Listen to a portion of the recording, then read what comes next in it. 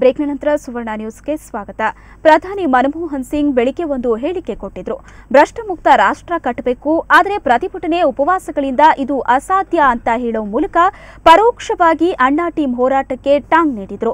ಈ ಮಧ್ಯೆ ಪ್ರಬಲ ಜನಲೋಕಪಾಲ್ ಮಸೂದೆ ಸಂಬಂಧ ಅಣ್ಣಾ ಟೀಮ್ ಮತ್ತು ದೆಹಲಿ ಪೊಲೀಸರ ನಡುವಿನ ಹಗ್ಗಜಗ್ಗಾಟ ತೀವ್ರಗೊಂಡಿದೆ. ಎರಡನೇ ಸುತ್ತಿನ ಉಪವಾಸಕ್ಕೆ ಮುಂದಾಗಿದ್ದ ಅಣ್ಣಾ ಹಜಾರೆ ತಂಡಕ್ಕೆ ದೆಹಲಿ ಪೊಲೀಸರು ಅನುಮತಿ ನಿರಾಕರಿಸಿದ್ದಾರೆ. ದೆಹಲಿಯ ಜಯಪ್ರಕಾಶ್ ನಾರಾಯಣ್ ಪಾರ್ಕ್ನಲ್ಲಿ ಉಪವಾಸಕ್ಕೆ ಪೊಲೀಸರು ಅನುಮತಿ ನೀಡಿದ್ರು. ಅಲ್ಲದೆ 22 ಷರತ್ತುಗಳನ್ನು ಕೂಡ ವಿಧಿಸಿದ್ರು.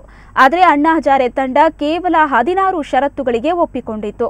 ಆದರೆ ಕೇವಲ 3 ದಿನಗಳ ಕಾಲ ಉಪವಾಸ ನಡೆಸಬೇಕು ಮತ್ತು ಕೇವಲ 5,000 ಬೆಂಬಲಿಗರು ಇರಬೇಕು ಎಂಬ ಪೊಲೀಸರ ಷರತ್ತನ್ನ ಅಣ್ಣಾ ಟೀಮ್ ಒಪ್ಪಿಕೊಂಡಿಲ್ಲ.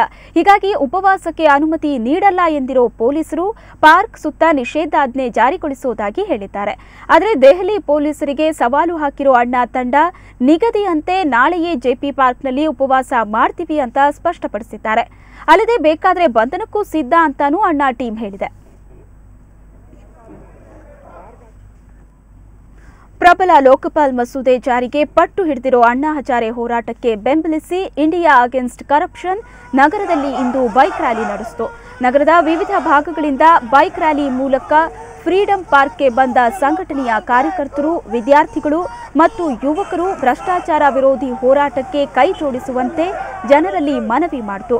ಅಣ್ಣಾ ನಡೆಸಲಿರೋ ಸತ್ಯಾಗ್ರಹ ಬೆಂಬಲಿಸಿ ನಾಳೆಯಿಂದ ಇಂಡಿಯಾ ಅಗೇನ್ಸ್ಟ್ ಕರಪ್ಷನ್ ಕಾರ್ಯಕರ್ತರು ನಿರಶನ ನಡೆಸಲಿದ್ದಾರೆ.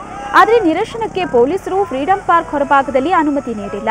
ಒಳಭಾಗದಲ್ಲಿ ಪ್ರತಿಭಟನೆಗೆ ಸಮ್ಮತಿಸಿರೋ ಬಗ್ಗೆ ಕಾರ್ಯಕರ್ತರು ಬೇಸರ ವ್ಯಕ್ತಪಡಿಸಿದರು. ಜಿಂದಾಬಾದ್